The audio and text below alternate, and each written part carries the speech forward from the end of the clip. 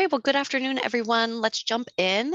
So thank you so much for joining us today for the first session in our quarterly Pennsylvania Refugee Education Program Learning Series that we're calling Together We're Better. So we are joined today by Jess Dalpy from the Center for Adjustment, Recovery, and Resilience, or CARE. So CARE supports practitioners to prevent and mitigate the impact of traumatic stress on forcibly displaced children, youth, and families. Jess is a project manager and co-investigator at CARE, as well as a licensed social worker who has worked in the international social work field for over a decade. Jess's work focuses on generating and integrating evidence-based practices related to gender-based violence and mental health and psychosocial support for refugees, asylum seekers, and other immigrants in the U.S. who have faced forced displacement.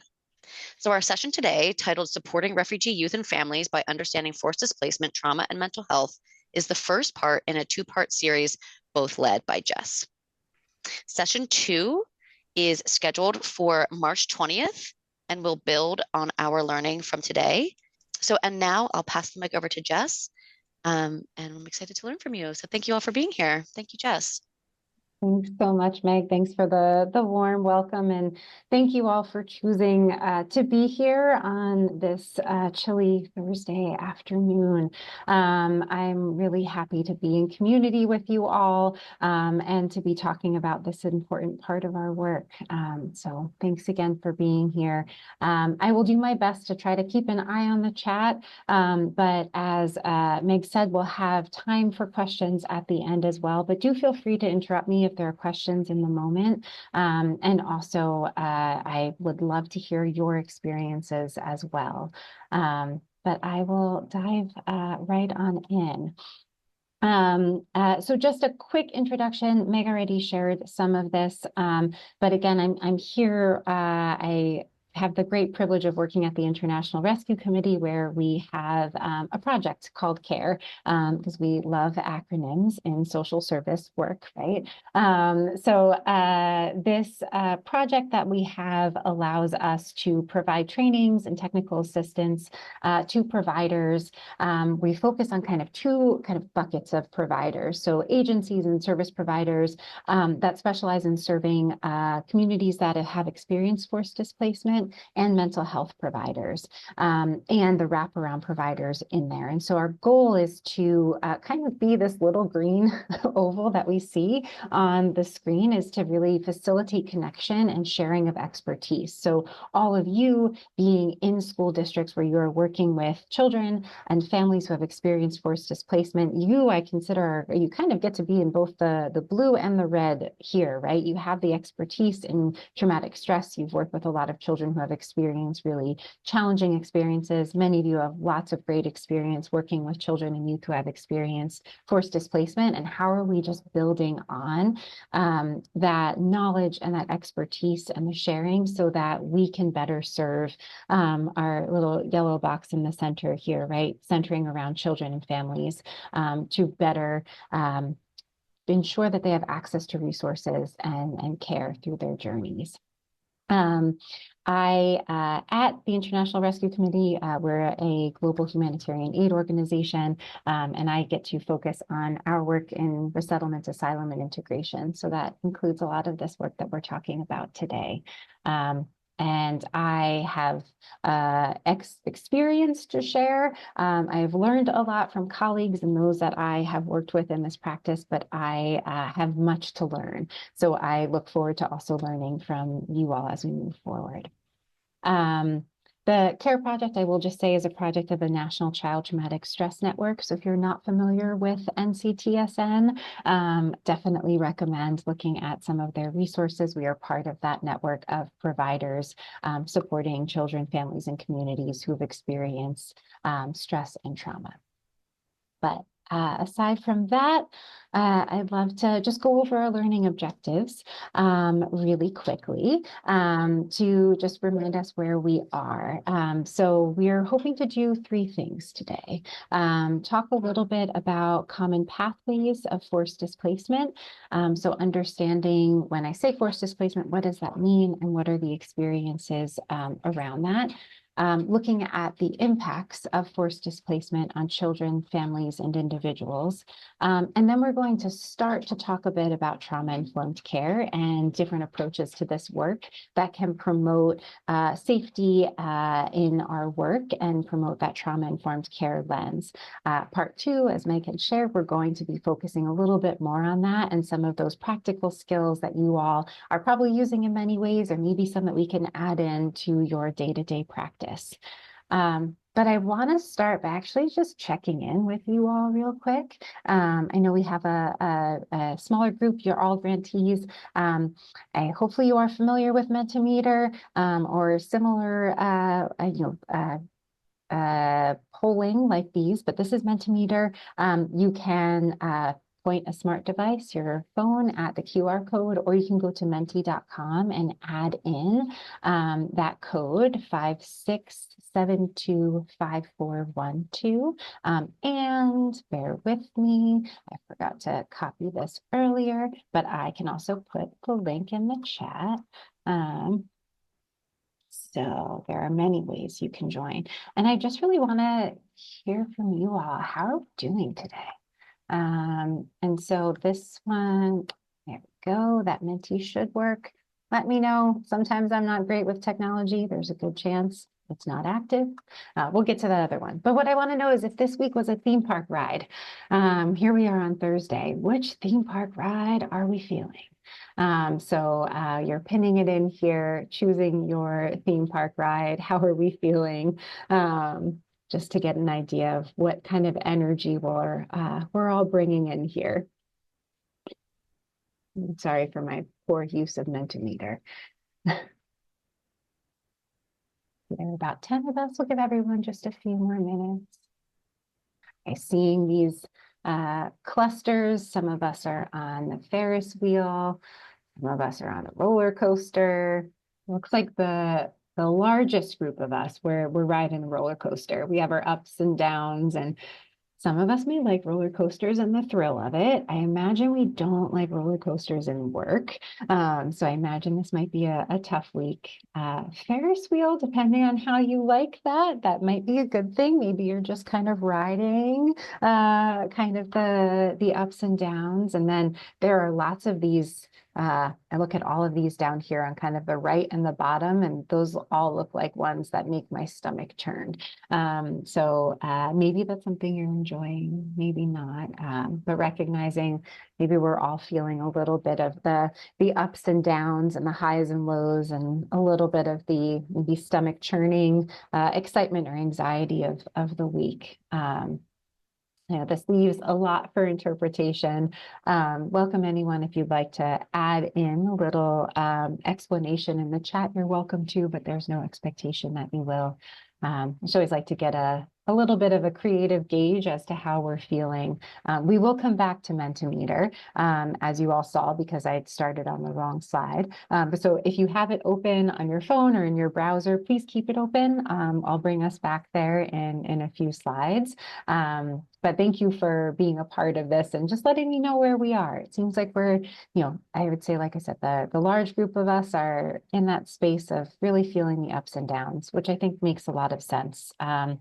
And today we're going to be talking about a somewhat difficult conversation, right? And talking about forced displacement and what that looks like. And so I always like to get a little bit of a gauge of how we're doing so we can take care of ourselves. The beauty of this being a webinar is we're not in a room and you can move, you can get up.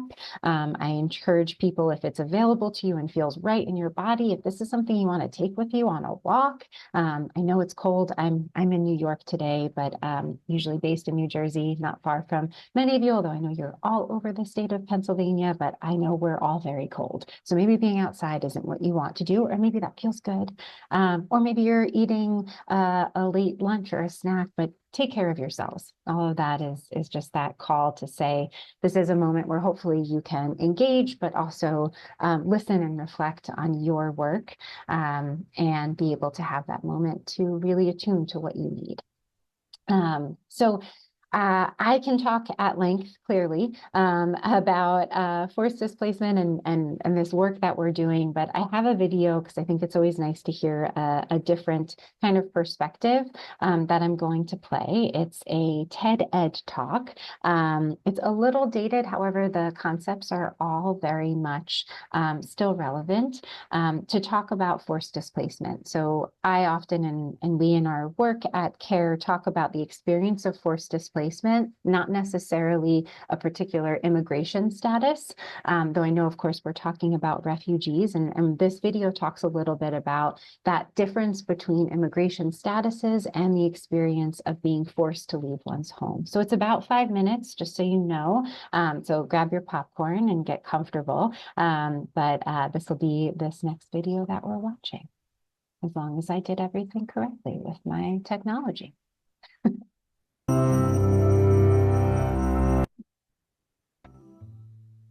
Around the globe, there are approximately 60 million people who have been forced to leave their homes to escape war, violence, and persecution.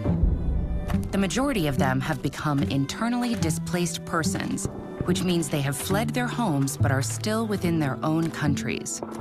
Others have crossed a border and sought shelter outside of their own countries. They are commonly referred to as refugees. But what exactly does that term mean? The world has known refugees for millennia, but the modern definition was drafted in the UN's 1951 Convention relating to the status of refugees in response to mass persecutions and displacements of the Second World War. It defines a refugee as someone who is outside their country of nationality and is unable to return to their home country because of well-founded fears of being persecuted. That persecution may be due to their race, religion, nationality, membership in a particular social group, or political opinion, and is often related to war and violence. Today, roughly half the world's refugees are children, some of them unaccompanied by an adult, a situation that makes them especially vulnerable to child labor or sexual exploitation. Each refugee's story is different, and many must undergo dangerous journeys with uncertain outcomes. But before we get to what their journeys involve, let's clear one thing up. There's a lot of confusion regarding the difference between the terms migrant and refugee. Migrants usually refers to people who leave their country for reasons not related to persecution, such as searching for better economic opportunities or leaving drought-stricken areas in search of better circumstances.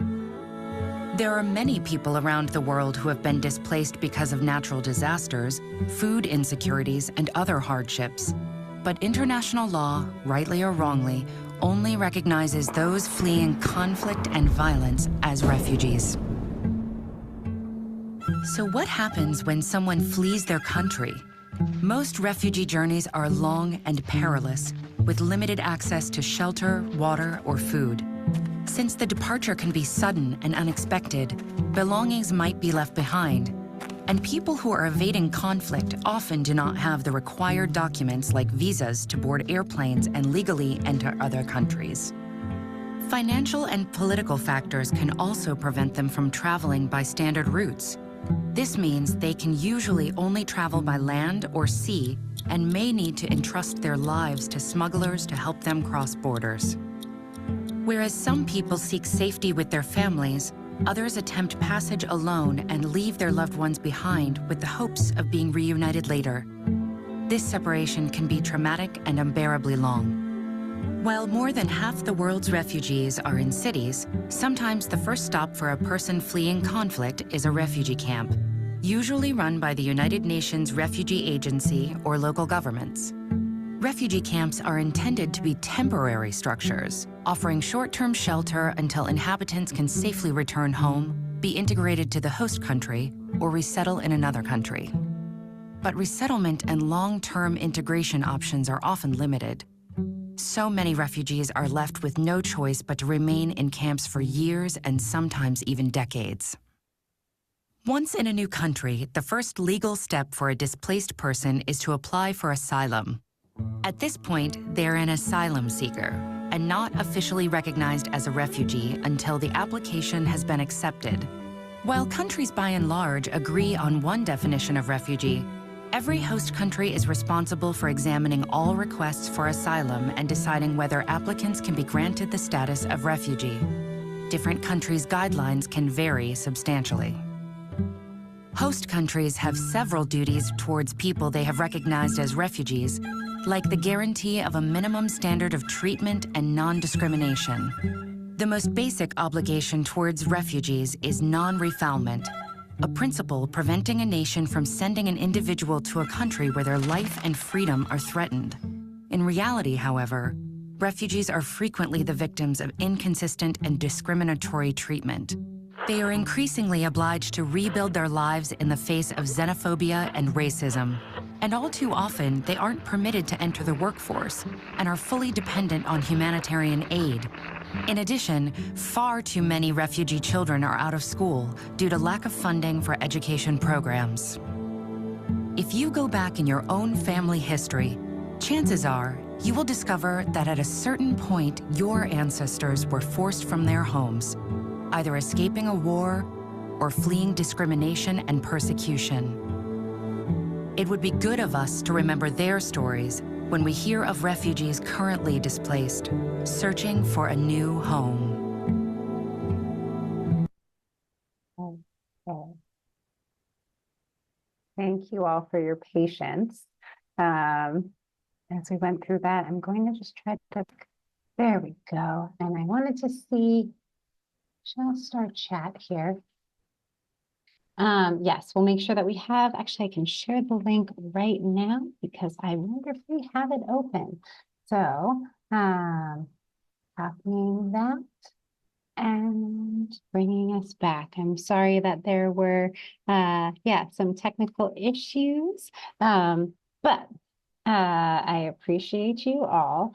I think it's a great video and I always like to share it. One, because it's nice to have a different view, but it brings some of that understanding and explanation to the idea of forced displacement, right? So as we heard from the video, we were really looking at, persecution being a core component of being deemed a refugee. But when we talk about forced displacement, we're talking about all the components and circumstances that can force or lead to someone or family or community to have to flee their homes, right? Those can be economic uncertainties, natural disasters, and persecution.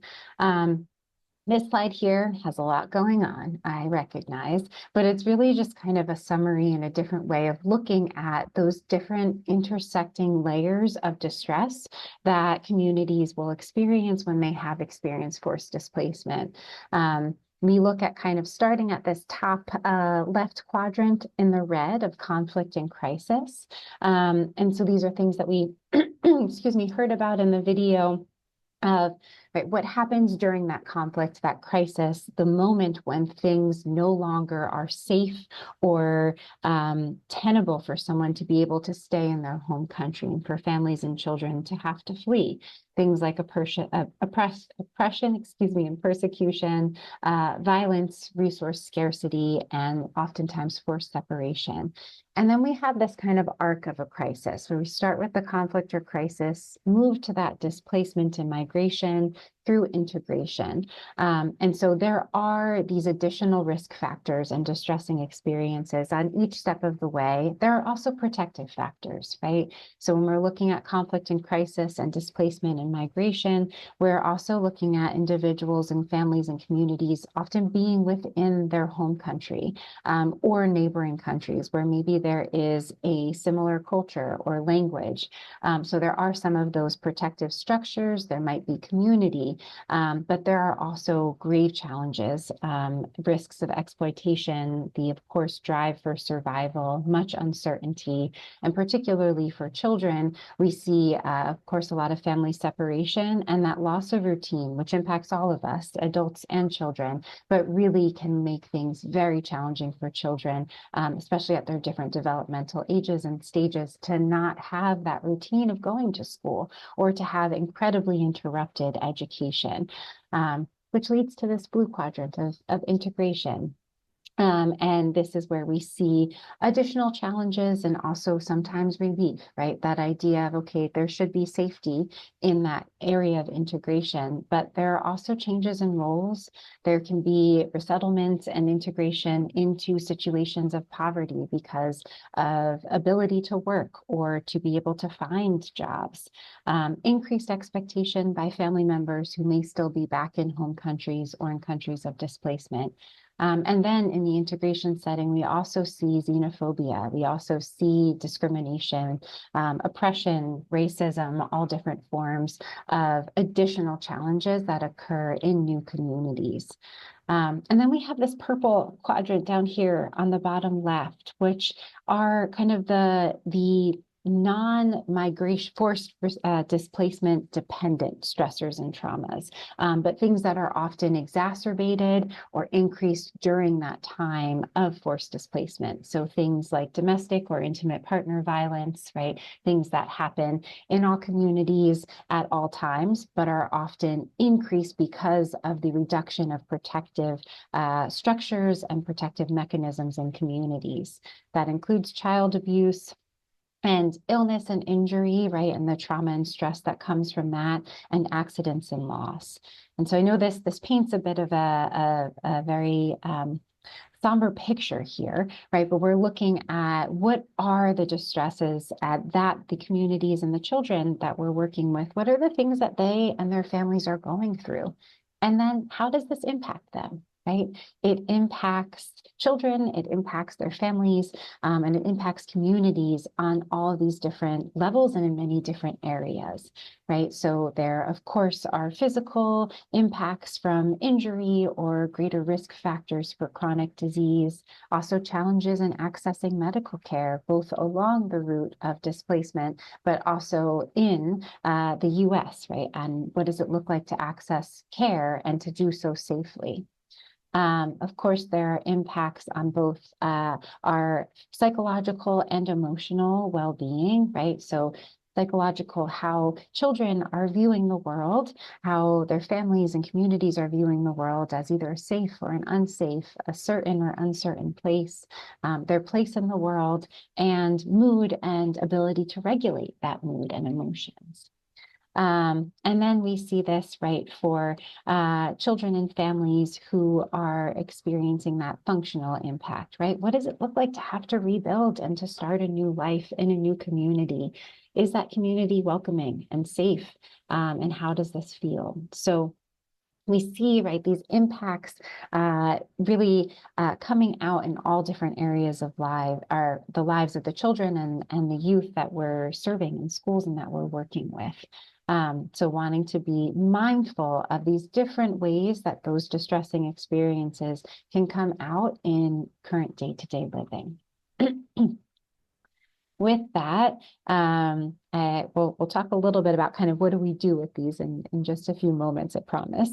I also want to talk about, right, as we're supporting children and families and communities who've experienced forced displacement, we are looking at, right, that kind of arc of crisis. What does it look like to have that experience of forced displacement? What are they carrying with them in this process? But also, what does that phase of adjustment look like? What does the adjustment process look like? This looks like a very legitimate graph. It is not based off of real data. So I just want to put that there. It's meant to be illustrative. But this is an illustration of different phases of adjustment. And so many of you may have heard about the honeymoon phase that we often talk about, but there's often, right, these different experiences of adjustment and integration. And what does that look like? So as we're working with families and communities who maybe have recently arrived in the US, there often is that kind of heightened experience and that heightened sense of relief and hope and excitement upon arrival, because there is that assumption and that hope for safety and a positive future. Right, so we tend to see a lot of satisfaction. And then we have this kind of second phase of reality. So this we often hear and talk about that idea of culture shock, or the shock of really understanding and becoming aware of the challenges that do exist, right? So there's that excitement of, we've made it, we're safe, we can move forward and start planning and thinking about future beyond immediate survival. And then there are often those challenges that come up. So these are challenges around navigating systems. You may see this as you're working with children and youth who maybe have not mastered the language, or who have had interrupted or a lack of formal education, and are maybe working really hard to try to catch up to their peers, to be able to succeed in school. You may also see this as children who are succeeding and doing really well and managing a lot of stressors internally and at home and in the community, right? So this reality phase is often a lot of stress, of course, in kind of coping with the reality of what does life look like here in the US? What does it look like to have to pay bills, to navigate complicated systems, depending on where you are, to navigate transportation systems that may or may not be existent, and all of the various structures that exist here in our society. And then this is where there becomes a little bit of an opportunity for this trajectory to go in one direction or the other. And it's not set in stone, like it's one way or the other. There can be mixture between these two trajectories of that integration trajectory of the yellow on top, or the marginalization that we see in the blue on the bottom, right? So this is where we are looking at kind of that negotiation of saying, okay, things were really exciting when we first arrived. Things got really hard. And now we can kind of negotiate and be able to think about, okay, how can we connect with community, connect with resources, feel that sense of welcome and connection with others, feel that sense of hope and empowerment for navigating systems. This is where we come into play here. This is where our role is as providers. We can help in supporting folks in getting on that negotiation and integration path. But we also see a lot of people have that experience of alienation and marginalization, right? So that is when reality is hard and it becomes harder, right? Maybe there's more isolation. Maybe there is more, there are more challenges that are presented. Maybe there are challenges with the community and feeling welcome and finding that connection with others and navigating systems. So again, I look at this slide as almost our call to action as providers to say we actually can really support in providing the conditions, the resources, the information for newcomer youth and children to be able to, with their families and communities, get on that path of negotiation and integration. And the last piece I want to say before we transition to some of the common approaches and talking a little bit about the how of what it is that we're doing, are talking about these challenges across the lifespan. So right, when we think about that reality moment, that looks different for different people depending on where they are in their lives, right? What age and developmental stage that they're in. It also looks different depending on other different identities that folks may have and characteristics that they might have. So we're thinking about children and youth in particular, of course, as we're thinking about the school systems and all of your work. We see a lot of challenges that are posed for children and youth. There's often, and I think this goes across all ages and life stages, there's a lot of ambiguity and a lot of shifts in roles that individuals, families experience. So for a lot of children and youth, they may have acquired English language skills quicker or sooner than their family members. And so we do see a lot of children who may be acting in that role of more of an adult than what their age may say, right? So needing to support family members in navigating systems. Oftentimes we see children and youth put in the position of interpreting for the adults in their lives. I'm sorry if you can hear sirens outside. I am by a window, and I hope it's not too loud.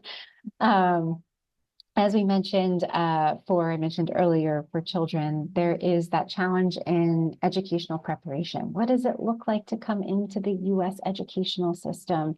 Even the expectation to sit in a classroom for a full day, right? Is that something that, depending on the child's experience, is that something that is really realistic to expect of them? And then we have just, I want to say, like the normal, quote unquote, right, peer pressure. What does it look like to be a kid, to be a child or a youth here in America these days? And then adding to that the different experiences, the distressing experiences that children may have gone through on their journeys here. When we're looking at parents and caregivers and the adults that we're supporting, we see those role shifts as well. Those are often role shifts as well within family dynamics and family roles within the adults in families. For instance, thinking about who is expected to work versus who is not expected to work. What is feasible for the family to be able to meet basic needs? We often see as well, for a lot of people, a lower social status in coming into the U.S. So there are many people who have, different community standings within their communities of origin. They may have different professions that may not be recognized here in the U.S. or credentials that may not be recognized. And so that negotiation and challenge of what does it look like to be in this new setting, and to also lose part of that identity and have to rebuild it or think about what is their identity in this new setting. And then there's a huge pressure to work to be able to, of course, earn income to meet basic needs.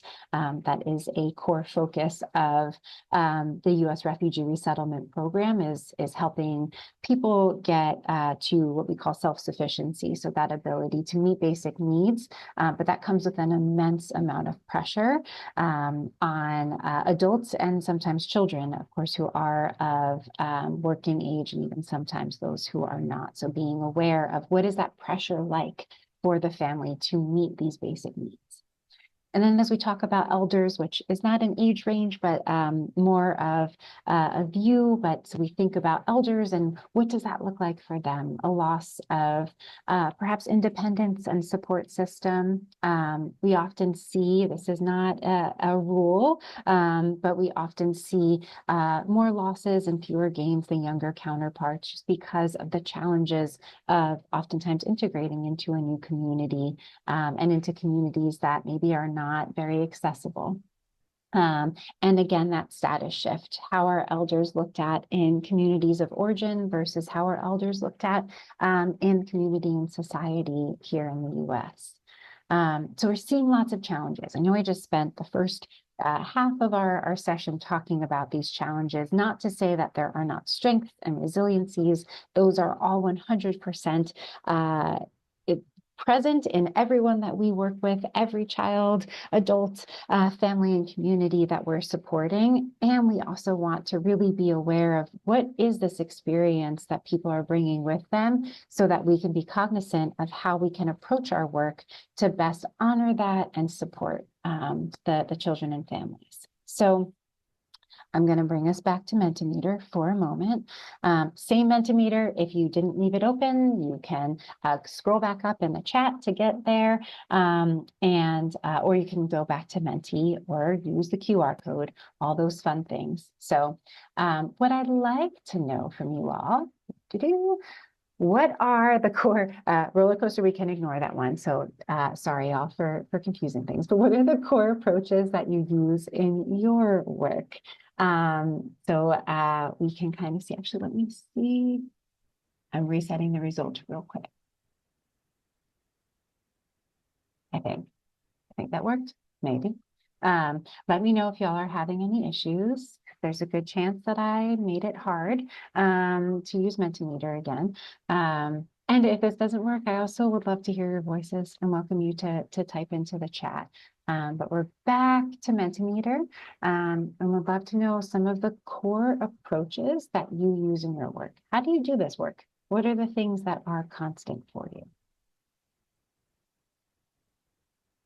I'm seeing one person in Mentimeter, so maybe, oh, okay, they're all coming. Oh, you're wonderful. Thank you for being here. Thank you for joining Mentimeter. So I see kindness, passion, active listening, curiosity.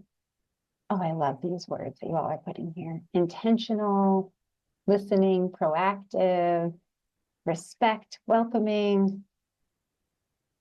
Oh, these are great. What am I missing here? Servant leadership, right? So how do we lead with the goal of serving those that we are leading if we're in leadership roles? I think, let me know if I got that right. Understanding, empathy, listening. Just a few more seconds to add some in.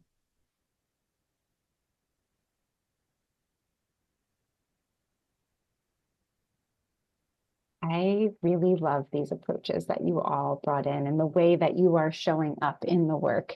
This, I think, speaks so clearly to who's on this call and the work that you do and why you do the work that you do. I'm gonna, please keep Mentimeter up. We're gonna come back, I promise. I think all of those approaches are really about how we show up as individuals. And I think they are all encompassed in these key principles that we're going to talk about for the next 10 minutes or so. So we are talking about these key principles and how we approach the work in a way to really honor and be responsive to the needs and the strengths and the experiences of children and families who have experienced forced displacement. So we're going to talk about do no harm, strengths-based, culturally aware, client-centered care, and then we're going to touch just a little bit on trauma-informed care because we're going to be building on that next month if you join us. So first off, of course, we talk about do no harm. So this one is, of course, all of us are in the kind of helping professions because we want to help, of course, because we believe in the work that we do. And so this is us being aware of how even with the best of intentions, we can unintentionally cause harm in the work that we do. And oftentimes this comes in the form of unintentionally causing disempowerment because we are doing for rather than doing with or showing, right, and supporting those that we work with. So we're going to talk a little bit about that more when we get to that trauma-informed care. But so do no harm is first and foremost in our work. And then we also do client-centered work. This, I think, was very clear in the words that a lot of you used, right? That intentionality, of that respect. So really being client or person-centered. So I use client language in my work. I know we all use different language, so student-centered, person-centered. But this really is that approach that we take of acknowledging that no one knows more about their life than the person that we're working with, right? They will always know best. They are the best reporter of their situation and what's happening. They're most impacted by decisions surrounding their well-being and their lives. And we want to promote that sense of autonomy by being non-judgmental of the choices that they are making, and by being supportive of where our clients are and being able to say, okay, let's see where you are and let's see where you want to go. So really being able to recognize and center, kind of radically center our clients in everything that we do, really follow their lead and be able to recognize that they know what's best for them, even kids, which I know everyone on this call can get behind. So client-centered, which is greatly connected to our strengths-based approach. So as we're doing strengths-based approach, we are just acknowledging the inherent resiliency and strength that everyone has. I know this is a very kind of obvious statement to make, but sometimes I need to remind myself of this, right? That everyone that we encounter has survived everything that they have gone through up until this point. And that's a pretty phenomenal thing when we think about it, especially when we're working with individuals who've experienced forced displacement. We're working with kids who have gone through harrowing journeys with their families, and to recognize that they have so many strengths and resources and resiliencies. That's not to say that they are always expected to be strong and resilient, right? But that we know that there are strengths, there are resources, and our goal is to really play to those strengths as we are supporting the communities we're working with. This again goes to that idea of being client-centered, right? The client is the expert in their own experience. And this also goes to our faith that people can grow, and that people are not defined by the experiences that they've had, unless that's how they want to define themselves. I offer this next slide as just a way for us to think about being strengths-based, because I know we talk about these and they sometimes seem a little theoretical. And so I often think about how do we ask questions that help us get to what those strengths are. So oftentimes you may ask someone like, what strengths do you have, right? Most people will be like, I don't know. It may be hard for them to respond, and especially when we're talking about children and youth. So you can, ask these questions around support, right? Who can you depend on? Or survival, right? How have you managed to get here so far? You can also ask questions around exceptions, right? Are there things that you feel are special or unique about you or your family? The possibility, what are hopes and dreams and excitements, and then esteem, right? Asking questions around, I actually love this first one, right? When people say good things about you, what are they likely to say, right? Or if I were to talk to, your closest friend, how would they describe you, right? So being able to tap into these strengths through these questions that we can ask. I'll make sure y'all have these slides too, if this is helpful for you in your practice. And last, before we get to trauma-informed, and again, just an introduction to that, we also have that learner approach to understanding culture, right? So thinking about humility, awareness, and responsiveness. Kind of think about this as a continuum as we go on this path of learning. So starting with humility, which is a beautiful thing to do, right? Having that learner stance, being open, and this was so beautifully illustrated in the words that you all put in the word cloud, right? So having that curiosity, having that kindness, that respect, the intentionality, the active listening, right? I think you all illustrated this learner and respectful approach, right? So to have curiosity, to be humble in asking questions and knowing that there are limits to our knowledge.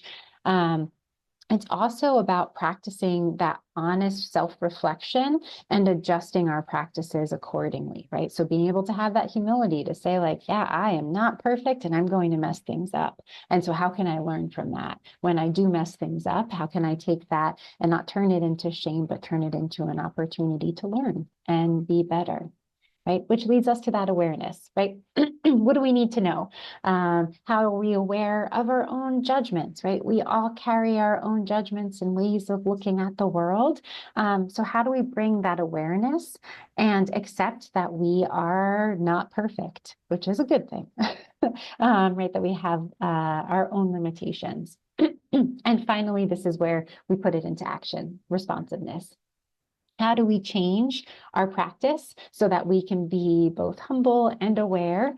Where do we need to look at additional learning investments? Or where maybe do we need to take a look at how we're doing the work that we're doing to be able to implement services in a more culturally appropriate way? So this is really that process of gathering information, having that self-reflection, and being humble and being able to have that curiosity and reflection. And then last but not least, we have trauma. So we're going to spend just a few minutes doing a brief introduction to trauma-informed care, and then we can move into some questions. But we're going to go to Mentimeter. I believe this is our last time, and I think I had you all do this one already because I was bad with my slides. So I'm going to go to the next slide. I'm going to reset it real quick. And would like to ask you, oh, I have two more. I lied. There's this one and another one. All right. So which of these are examples of traumatic experiences?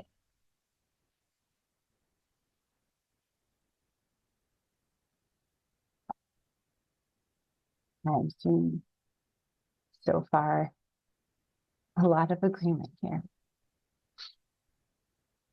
So the options here are losing a job, living in a refugee camp, being evicted, or surviving a natural disaster. Should say and or.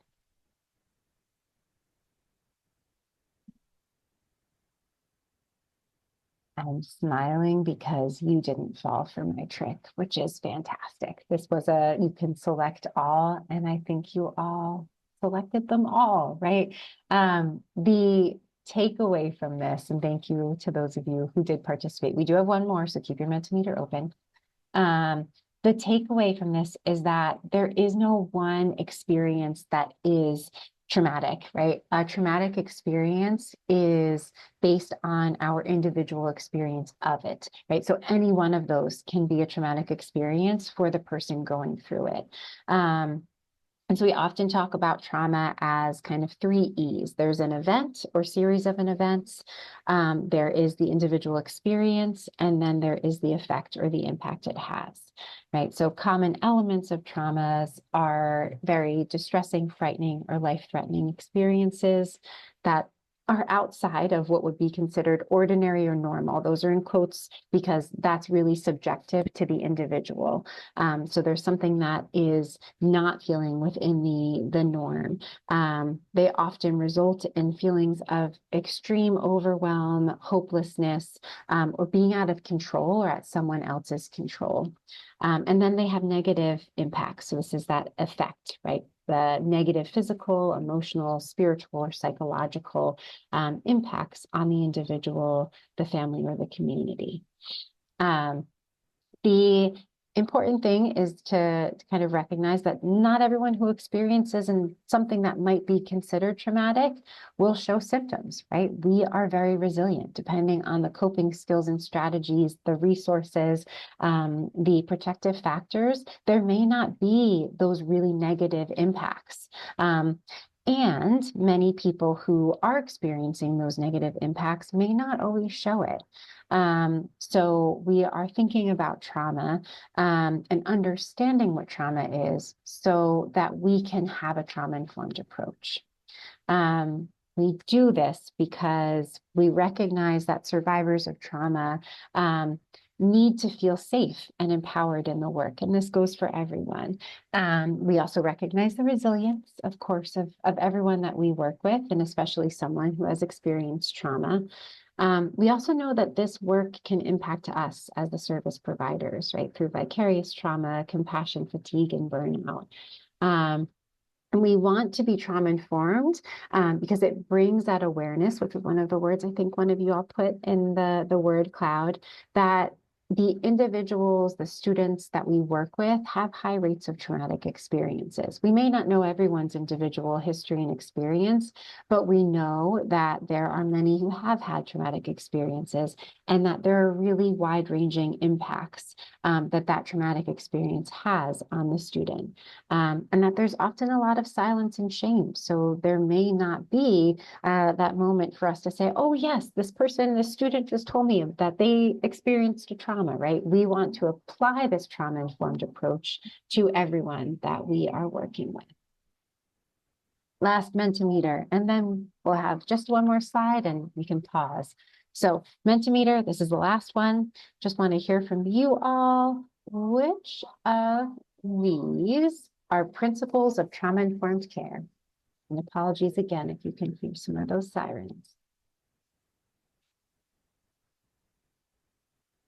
So we have as the options here, safety, respect, mutuality, empowerment, and equality. Which of these are the core principles of trauma-informed care?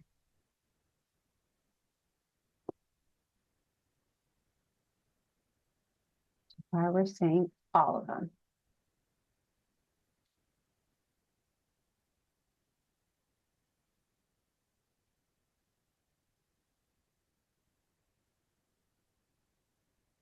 Yes, I know we're getting close to the end. I can stay later for questions, but as Meg put in the chat, as y'all are filling this out, please do complete the session evaluation and make sure that you get Act 48 if you're applying. So I want to make sure that you can do that. All right. Y'all did a good job. So I think I can show this one. Oh, okay. I reached the end. Y'all did great. You caught the tricky part, right? So on there we had respect and equality, and those are actually not principles of trauma-informed care. They are very much contained in these principles. So we follow the Substance Abuse and Mental Health Services Administration trauma-informed care principles, which are safety, trustworthiness and transparency, mutual collaboration, choice and empowerment, while also taking in considerations for different experiences based on gender, culture, and history. This is our teaser. We're going to talk much more about these in part 2, but this is where we bring in these principles and approaches to our work so that we are mitigating the impact of trauma on all of those that we're working with by creating safety, by ensuring that we are helping to build trustworthiness by being transparent in our work, by also creating connections between the students, between ourselves, leveling that power differential, offering choice whenever possible, and always focusing on that empowerment approach. So we'll talk in more detail next time about what this looks like and some practical skills and strategies for this and understanding trauma a little bit more. But I know we have about 5 minutes left and wanted to leave some time at the end for questions because I know we covered a lot today. So I want to thank you all so very much for being here, for being flexible with my poor mastery of technology. And thank you, I think, most importantly, for the work that you do and the commitment that you have to serving communities who have experienced forced displacement.